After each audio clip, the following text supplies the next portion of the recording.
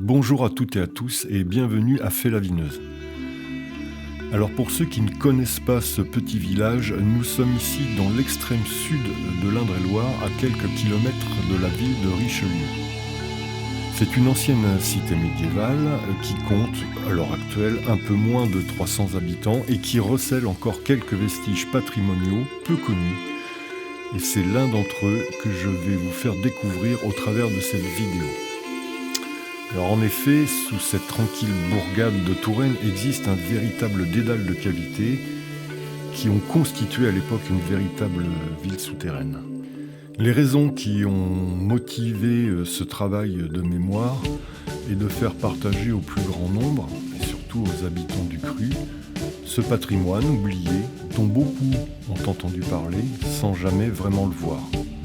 Alors étant donné que ce site n'est pas ouvert au public pour des raisons de sécurité avant tout.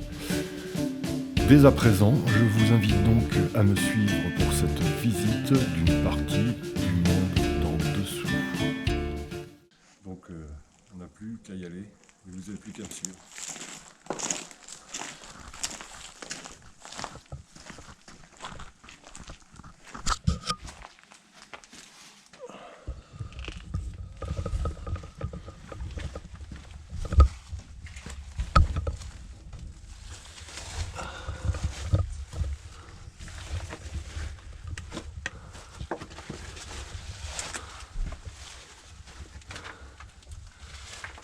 Alors voici. Donc nous sommes dans l'entrée principale de cette cavité qui est sous... là on est donc rentré par la place de la Huchette et donc on va aller vers la place Neuve. Voilà, donc on peut voir que cette cavité elle a été maçonnée. Voilà, donc déjà on sent bien la fraîcheur. On sent bien la fraîcheur. Là on peut voir un élément sympa qui allait vers la surface. Voilà, et donc là, on voit aussi que le niveau du sol, il y a pas mal de remblais.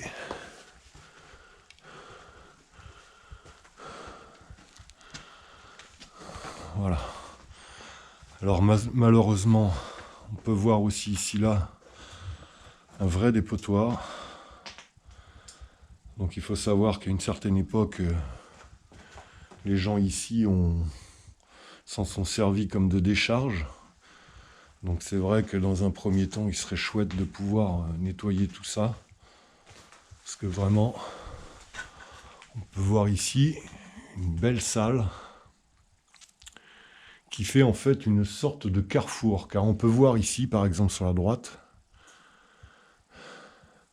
un souterrain bouché. Et celui-ci, je l'ai vu lors du creusement du tout à l'égout rue de la Vieille Tour. Donc c'est un souterrain qui suit la rue de la Vieille Tour. Donc on peut penser ici à une sorte de carrefour souterrain. Voilà, on peut voir ici aussi un puits qui va vers la surface. Bouché, on voit le bouchon là d'ailleurs qui a bougé. C'est magnifique. Alors c'est pas forcément un puits d'extraction, je penserais plutôt un puits d'aération. Et donc là, on se dirige donc vers le centre de ce carrefour. Quand je dis carrefour, je vous ai montré là-bas sur la droite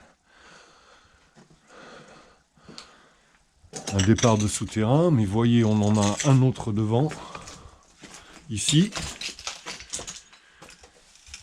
Ici, sorte de puits d'extraction qui va au-dessus et qui devait être donné donc sur la place Neuve, qui ont dû être les toilettes d'une maison ont dû être déversées à l'époque par ici, malheureusement. Ici, c'est rempli d'immondices, c'est incroyable. Et voilà, on voit aussi ici un remblai. Alors, est-ce que ce remblai va vers une salle, vers d'autres boyaux, d'autres sorties? On ne sait pas.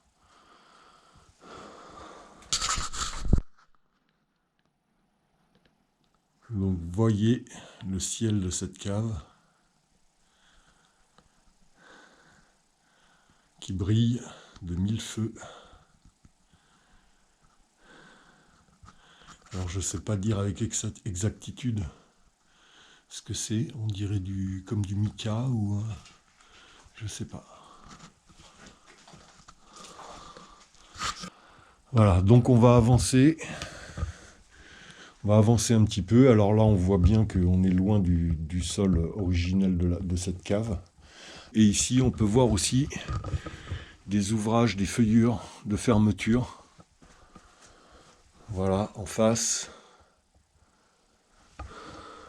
Ici, on peut même voir un crochet, un anneau taillé dans la pierre.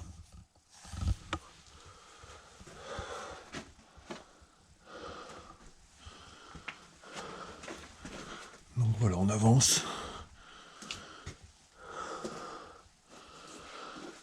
Alors là, on peut voir justement une partie du ciel là, qui s'est effondrée, dû à l'humidité. Alors il faut savoir que ces caves, à l'époque, étaient bien aérées, puisqu'il y avait beaucoup d'entrées de toutes parts. Et là, en fait, la cave est relativement fermée, donc l'humidité s'accumule. Et là, on peut voir que, morceau par morceau, le plafond tombe tranquillement. Et on peut voir dans le fond un amas de terre qui était donc entassé par le dessus. Donc là, il y a sûrement un gros puits d'extraction, parce qu'on peut bien se douter, vu le volume des pièces qu'on trouve ici, qu'il y a eu un énorme paquet de pierres qui a été extrait, sûrement au départ, pour la construction des édifices de surface. Ici, on peut voir qu'il y a des éléments maçonnés, voilà, qui font une sorte de petit abri. Alors là, on peut considérer une petite banquette ici. Alors, est-ce que c'était des endroits où les gens se réfugiaient, pouvaient éventuellement habiter, ou est-ce que c'était un endroit pour les animaux? Ça, c'est compliqué à déterminer. On peut voir ici dans la roche, avec deux petits trous qui ont été faits pour enchasser les morceaux de bois. Compliqué à dire. En tout cas, on peut voir ici des traces de flammes, car les lampes à huile, quand elles étaient posées, faisaient beaucoup de noir noircissé. Donc ça, c'est les traces d'éclairage de l'époque. Voilà, je vous propose de continuer. Ici, donc juste à côté, une autre petite pièce. Alors là, on voit bien que quelque chose a été fermé. Donc là, on a vraiment un autre départ. Là, on est sous la place Neuve. Hein. Voilà, donc un autre départ qui a sûrement été comblé, je ne sais pas dire quand. Donc ici, on voit bien une petite niche. Donc ces niches servaient souvent à poser ces fameuses lampes à huile. Donc on va continuer tranquillement.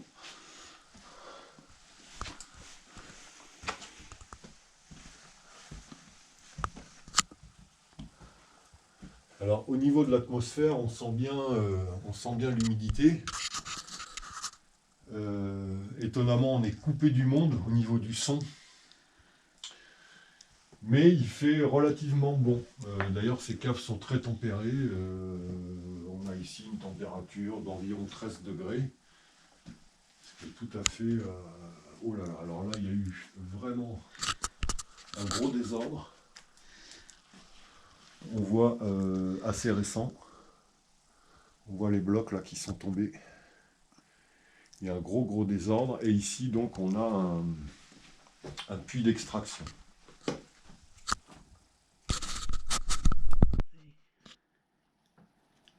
Donc là, je vais tenter de mesurer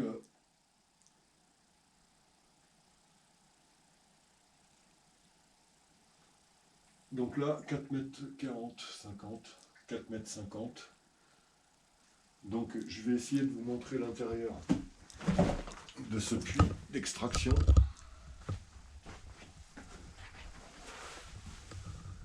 Voilà, on va s'éboucher par un gros bloc. Alors là, je pense qu'on est loin de la surface encore. Mais vous voyez qu'on voit bien que c'est un puits. On voit bien les marches des constructeurs sur les côtés.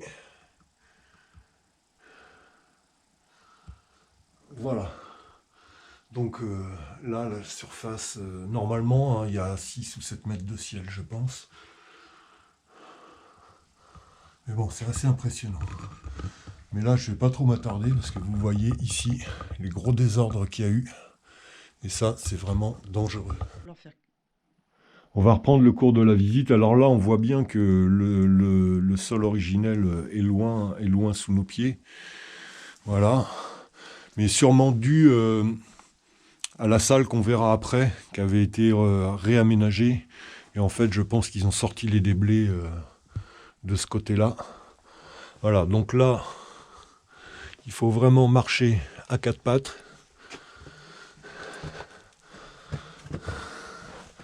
On peut s'apercevoir, voilà, qu'il existe un peu partout des boyaux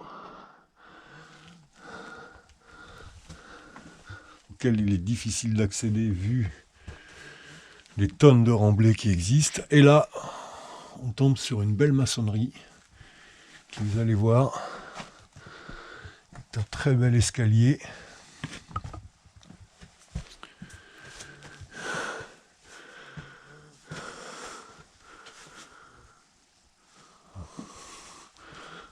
Voilà, donc là c'est typique. On peut voir un puits d'extraction ou de ventilation à déterminer, qui donc par le haut s'est éboulé, et donc on voit bien la coulée de terre qui s'est faite. Je vais vous dire que là, dessous, il y a tout un tas de départs de souterrains, des salles encore existantes. Alors là, c'est un endroit assez intéressant. Je vais essayer de prendre un peu de recul. Parce que ici, si on regarde bien,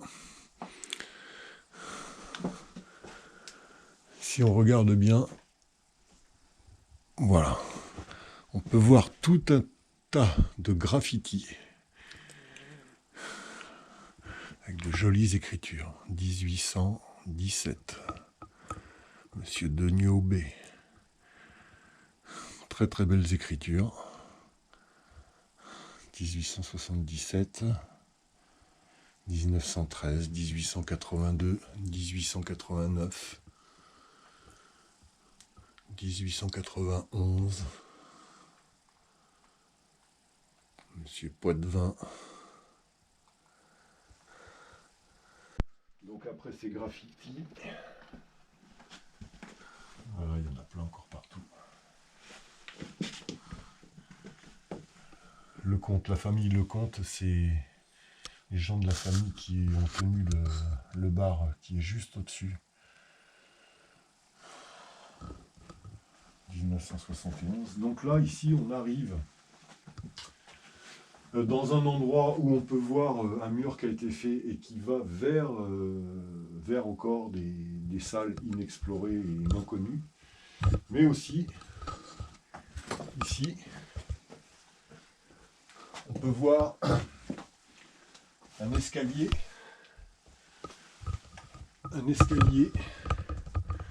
voilà, qui monte vers la place Neuve. Une belle voûte, très bel ouvrage. Il serait assez sympa d'ailleurs de refaire déboucher cet escalier vers la place. Ça permettrait peut-être de créer d'ailleurs un mouvement d'air dans cette cave et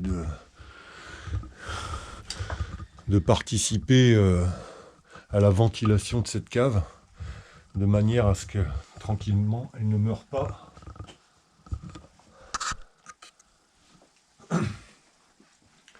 Voilà, donc on va se déplacer maintenant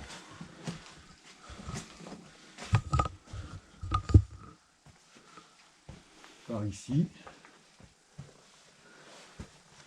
Donc là on voit encore tout un tas de déblais, tout un tas de gravats, de saleté. Attention à la tête.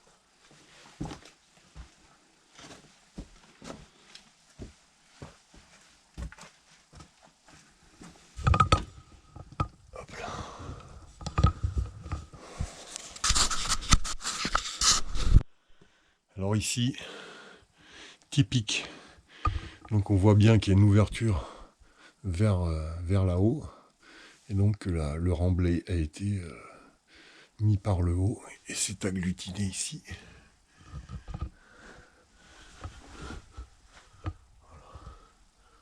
Donc là, je ne peux pas monter. On voit un très très beau fossile, là, un petit coquillage. Super sympa. Alors là, on va arriver dans une salle, une très belle salle. Une très très belle salle. Alors, malheureusement, on voit encore les vestiges. Alors ça, en fait, c'est une salle qui, apparemment, d'après les anciens du village, a servi pendant la guerre pour des balles cachées, en fait, hein, car les balles étaient interdites pendant la guerre. Et ensuite, je pense qu'il y a eu d'autres gens qui sont venus pour, je pense, faire la fête ici. Alors on voit quand même qu'au niveau structurel, ici, il y a de gros désordres. C'est pour ça que, en surface, il faut éviter les charges lourdes, les tremblements. Car dessous, ça serait dommage de perdre ce patrimoine. Là, on peut voir ici encore une petite niche pour les lampes à huile. Donc là, un très très beau pilier central.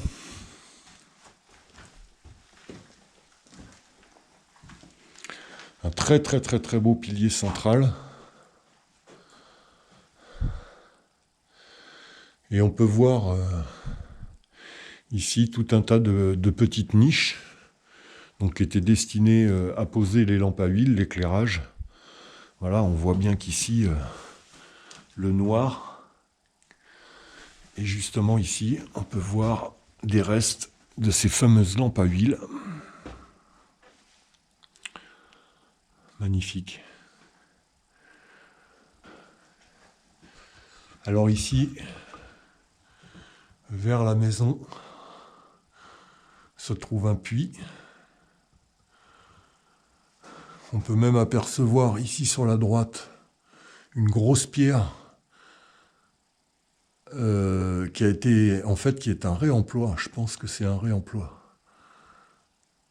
C'est des pierres déjà qui ont été utilisées pour d'autres. Il y a des feuillures dessus, il y a des moulures. Celle-ci, on dirait une pierre à eau.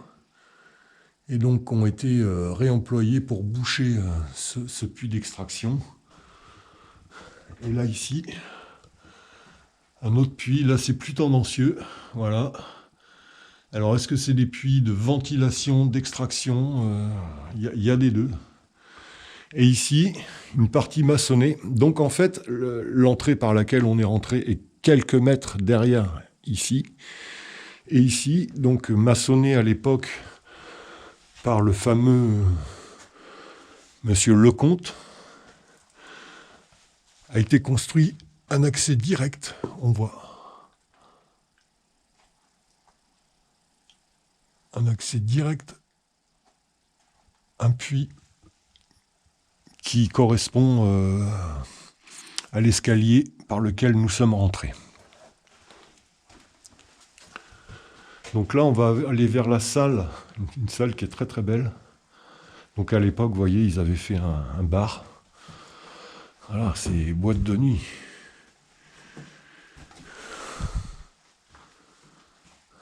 Voilà.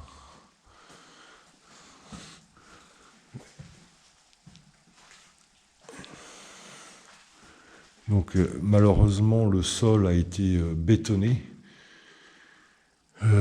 Sachant que le béton, c'est un matériau étanche. Donc l'humidité s'accumule. C'est un peu compliqué. Et ici, ça c'est magnifique. On peut voir ici des crochets pour des animaux. Alors là, on voit bien que la corde a travaillé là. Le crochet a été... Voilà. Et donc là, il y a un autre crochet qui a été fait ici. On voit bien les traces de corde. Donc ici, alors on est loin du sol originel. Hein, donc ça pouvait être des animaux assez gros. Là, on en voit un autre ici. Donc c'est des pièces qui ont pu servir à des moments donnés comme étable. Possible. Ici, on en voit un autre, magnifique. Magnifique. Voilà.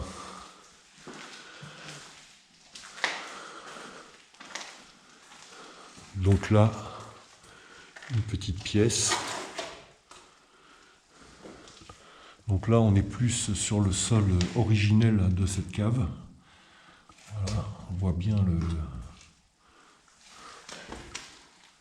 qu'il y a eu du rajout ici. Et puis là, donc à ma connaissance, il y avait donc des sièges de voitures. Donc ça a servi plus ou moins de boîte de nuit à l'époque, dans les années 70. Voilà, il y avait des sièges de voitures qui étaient mis sur ces supports. Voilà, donc on voit la pierre a été travaillée.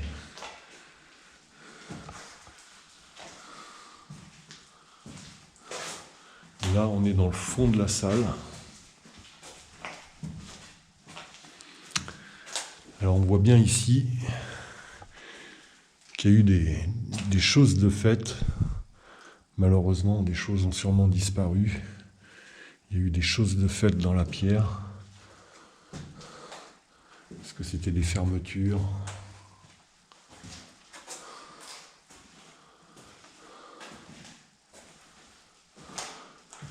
Voilà, là une sorte de banquette taillée dans la masse, avec le coup des outils. Et donc quand on éclaire cette salle, on peut voir qu'elle est magnifique.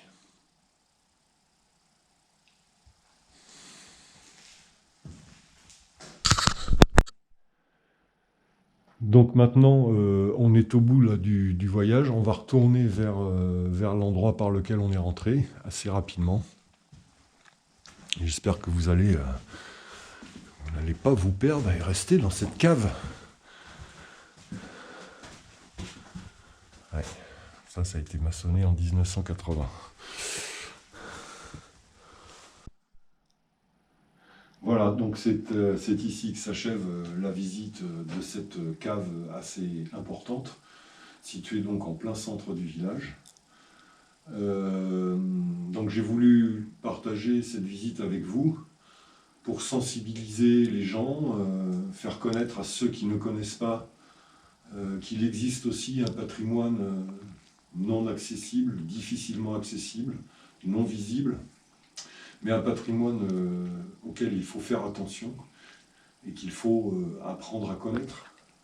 Donc voilà, si vous êtes propriétaire de cave, n'hésitez pas à me contacter dans ce village. J'en connais quelques-unes, mais je suis loin de tout connaître. Et je serais ravi de venir vous visiter pour des petits reportages et fixer ainsi la mémoire historique de ce village. Merci à tous.